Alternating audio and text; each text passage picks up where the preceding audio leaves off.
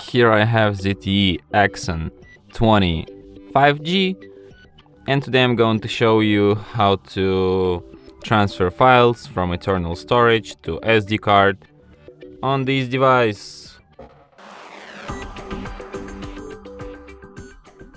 So to do this, firstly you have to open Files application, which you have pre-installed on your device.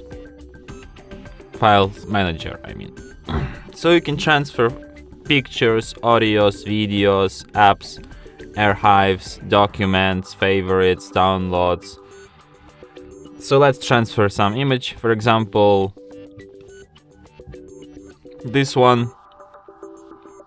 Then tap on three dots, select if you want to move it.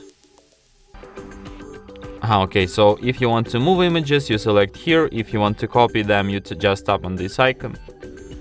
Then select where to you want to copy these images. So let's copy them to SD card, to the pictures folder, and then tap paste.